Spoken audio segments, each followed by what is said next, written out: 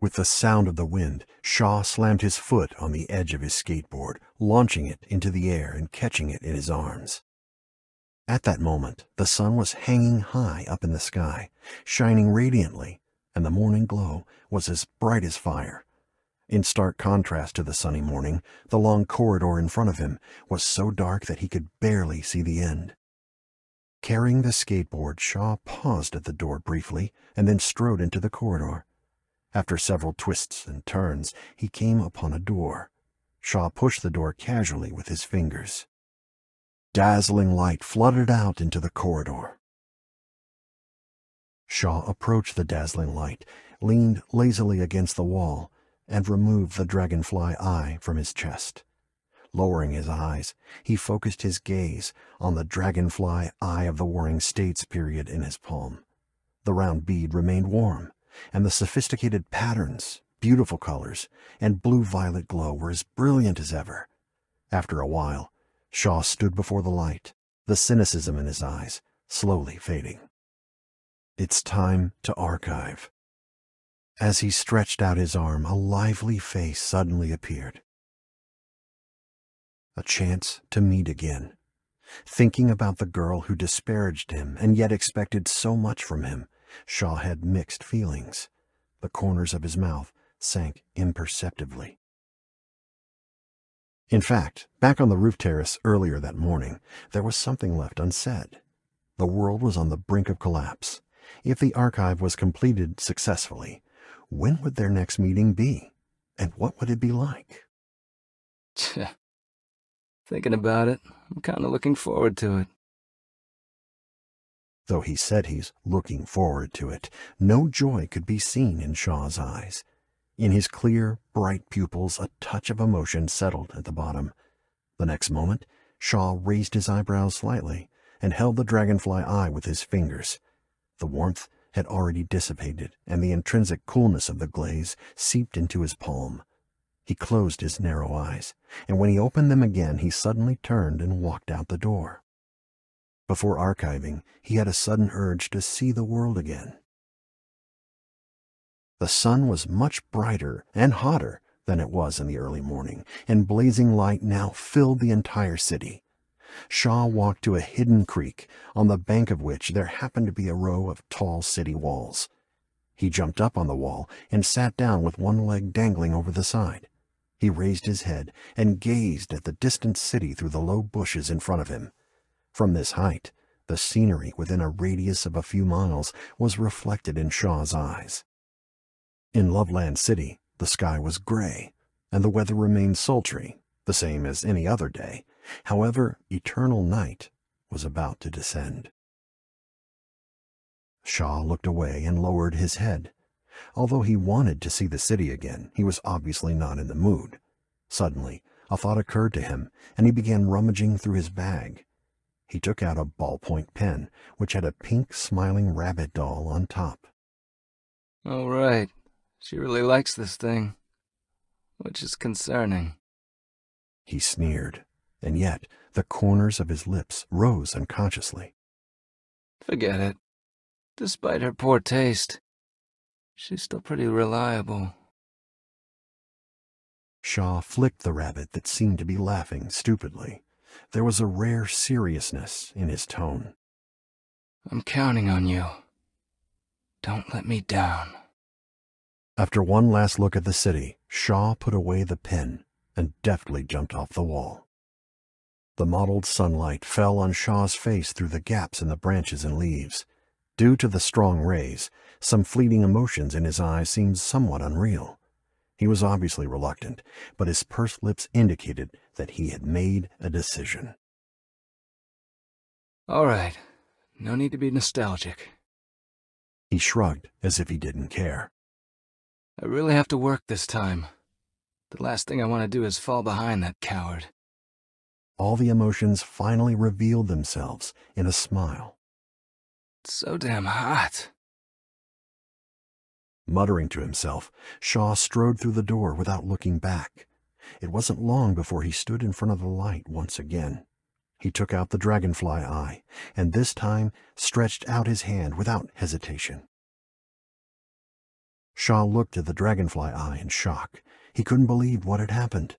The archive had failed. Was it possible that this world just couldn't be archived? So lame. Shaw combed his hair in irritation, and his eyes narrowed into an impatient arc. Unresolved doubts began to surface, along with all the other complex emotions. As he said when he bid farewell to her that morning, archiving the world was something he had been doing the whole time. Every world had its meaning and value. When a world was at its end, everything that had taken place in it was doomed to vanish as well. For better or worse, its history and the truth of its destruction were worthy of being understood and studied by future generations. Therefore, there must be someone who does the job, archiving the world to keep the truth. Obviously, Shaw was the one chosen to complete such a mission. But now the mission somehow failed. Shaw had never in his life known the meaning of failure. Has this world collapsed so hard that it can't even be archived? Standing before the light, he frowned, lost in thought. This was the first time he had encountered a situation where the world could not be archived. Different worlds had been destroyed for various reasons, but he had preserved all their truths before the worlds were destroyed. Then what did this failure mean? Could it be... A possibility emerged in Shaw's mind, and his narrowed eyes suddenly lit up. Unless she can really do it. Once the seeds of speculation had been planted, Shaw became even more convinced. With this thought in mind, he took out the dragonfly eye for one last try. But the result remained the same. Hanging the dragonfly eye back on his chest, Shaw raised his eyebrows and looked to the light with a meaningful smile. Then there is only one possibility left. I don't believe in failure without reason. Shaw slung his backpack neatly on his shoulder, seemingly in a good mood. He took a look around the place once more and then walked away without looking back. Shaw casually kicked open the door of the antique store. The moment he entered, he noticed an unfamiliar smell. Oh, you're finally back. I've been waiting for you all afternoon. It was an old man with long braids who behaved like a bratty child, yet wore a uniform-like suit, making him look all the more bizarre. Want some water? The moment he said it, the old man seemed to recall something. I almost forgot that you don't like water. There's soda over there. Help yourself. Shaw looked up and almost burst out laughing. What, do you think this is your place? Sure, make yourself at home. The old man smiled and waved his hand. Why bother with yours and mine? Since your boss gave me the key, I come here often. So it's basically like my place. Shaw snorted unceremoniously. Just because my boss gave you the key doesn't mean you can break into private property. The old man remained unfazed. Look, boy, I'm here to help you. Did you fail to archive the world today? Shaw did not immediately respond to the old man. He went straight past him, grabbed a bottle of soda from the corner, and took several gulps. Newly refreshed, Shaw glanced up at the old man. Who says I need your help? It's nothing. I could figure it out myself. Seeing that the old man was still smiling, Shaw raised his brows and continued. But since you're already here, feel free to enlighten me if you have something to say. The old man shook his head. Kid, you've really got a bad temper. But despite that, you've done a pretty good job of completing the mission. Shaw snorted softly at the old man's compliment. How does it feel to face defeat for the first time in your life? Shaw looked the old man up and down. The advent of eternal night and fear of an unknown future had left many people in a state of panic. But looking at the old man, his hair was neatly tied up, his clothes were properly pressed, and even that cheerful look on his face. In other words, he didn't seem to be anxious at all. Shaw secretly smiled, realizing that his speculation must be correct. I feel nothing. It's definitely not my problem anyway. Shaw snorted, with an indifferent look on his face. The old man smiled again. Why are you so confident? But then, there's nothing wrong with that. He stroked his non-existent beard, looking mysterious. As for archiving, when the time is right, it can be done. The reason you failed is simply that it has not yet reached the point at which this world can be archived. Shaw drank a few more gulps of soda. He raised his eyes to stare at the old man and pretended to listen carefully. Take, for example, the game you often play. You can only save the game progress at specific points designated by the system, right? Shaw smirked.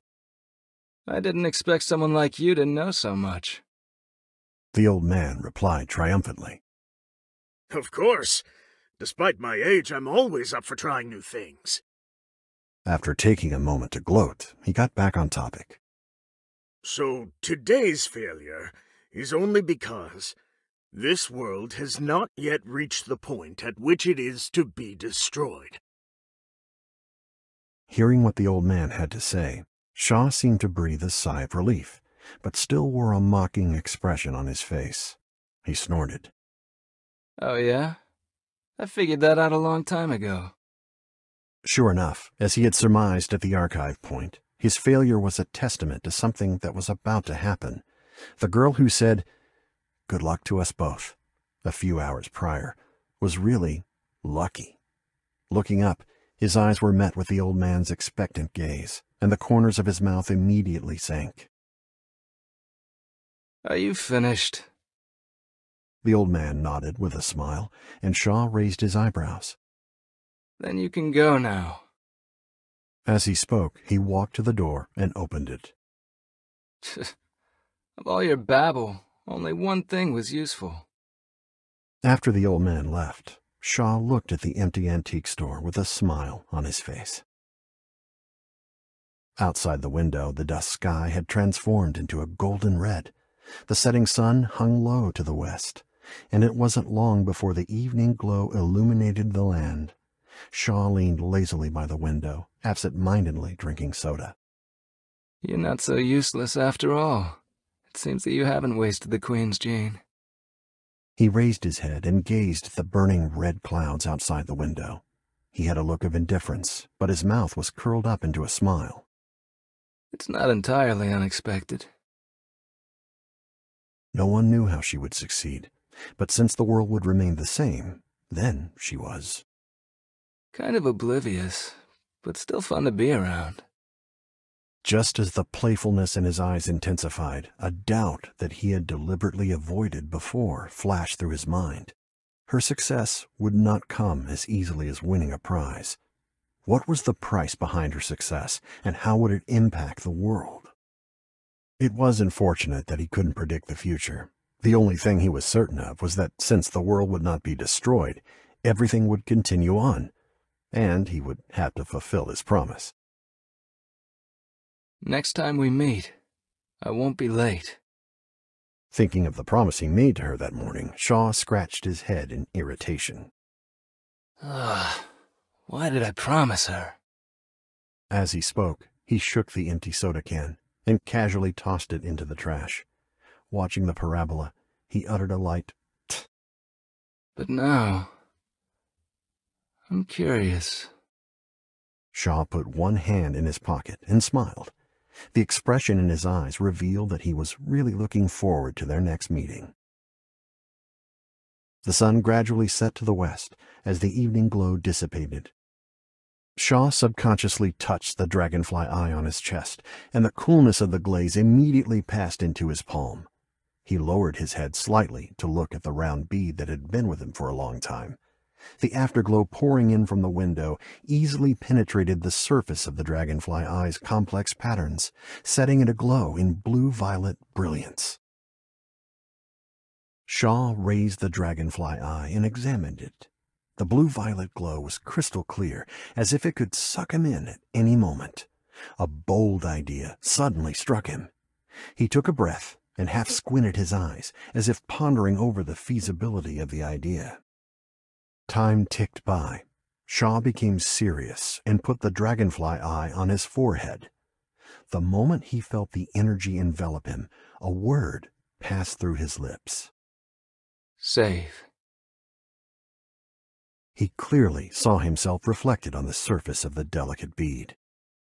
Twilight was about to descend upon the city, but outside the window, the sun that had already set on the horizon suddenly rose from the west. The clouds floated backwards, the sparrows flew upside down, and the river surged upstream. Time was moving backwards at an incredible speed.